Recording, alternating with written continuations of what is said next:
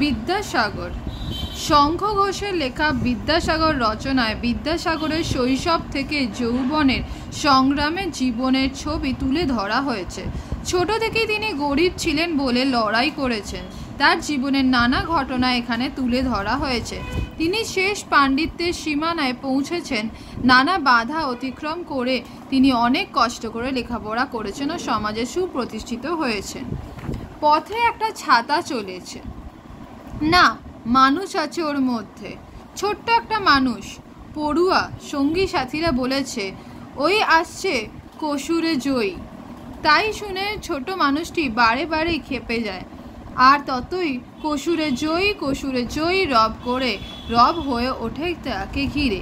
গা জ্বলে যায় রাগে, কিন্তু মুশকিল, রাগলে আবার কথা বলা যায় না, তোতলা যে একটুখানি। কসুরে জয়ী মানে যশোরে কই। যশোরের কই মাছের মাথাটা নাকি বড়। ছোট ঈশ্বরের দেহখানি ছোট বটে, কিন্তু মাথাটা ছিল প্রকাণ্ড।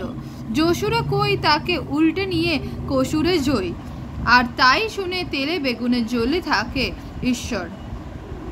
কিন্তু ওই যে কসুরে জয়ী এক ছাতা মাথায় দিয়ে টুকটুক করে আসে পড়াশোনায়, সে ওখানেও ডিঙিয়ে গেল সকলকে। সব পণ্ডিত মশাইয়ের কাছেই তাকে পছন্দ। এই অল্প বয়সে তার বুঝবার আর মনের রাখবার ক্ষমতা দেখে তো সকলেই অবাক।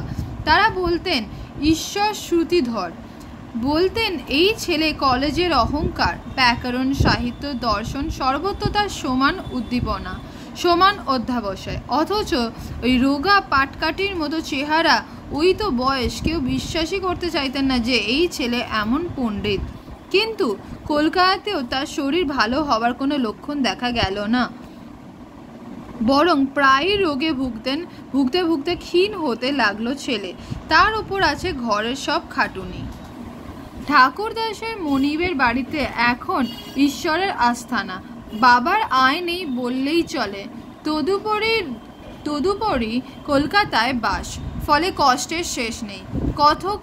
কখনো ভাত জুটছে, কখনো জুটছে না, কখনো ভাতের সঙ্গে আর কিছুই নয়, শুধুই শুকনো ভাত, কখনো শুধু তরকারি, ভাত আর নয়। পরের বাড়ির চরকা কাটা মোটা কাপড়, কিন্তু এ কি তাকে দমাতে পেরেছিল একটুও? ওই বয়সেও বরং বৃত্তির যা কিছু টাকা পেত, সে বেশিরভাগ সময় তা খরচা করে বসতো সহপাঠী বন্ধুদের জন্য।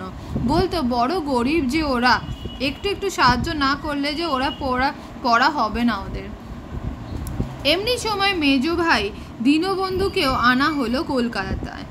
আগেই খাটুনির অস্ত ছিল না, এখন তা বাড়লো আরও। জন চারেকের রান্না রাঁধতে হচ্ছে নিজেকেই। বাজার করো, রাঁধো, বাড়ো, বাসন মাজো, বাটনা বাটো, কাঠ চিড়ে বাসন মেজে হাতের দশা হলো একদম শোচনীয়, আঙুল আর নখ হয়ে একসাথ। এত সব করে পড়া হয় আর কখন? কলেজে যাবার সময় বা ফিরবার সময় পথে পথে, নয়তো রাত্রে, গভীর রাত্রে, কোনোদিন মধ্যরাত পর্যন্ত জেগে, কোনোদিনও সারা রাত।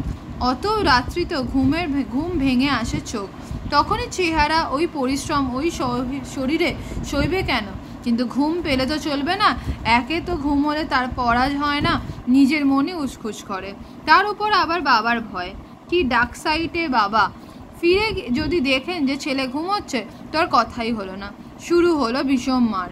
বাড়ির ভেতরে মেয়েরা ছুটে এসে ঠেকাতেন, কি কাণ্ড বাপু, এমন করে তো অন্য বাড়িতে দেখো। তাই জাগতে হতো ঈশ্বরকে। প্রদীপের তেলে চোখে মেখে যন্ত্রণায় ছটপট করতো সে।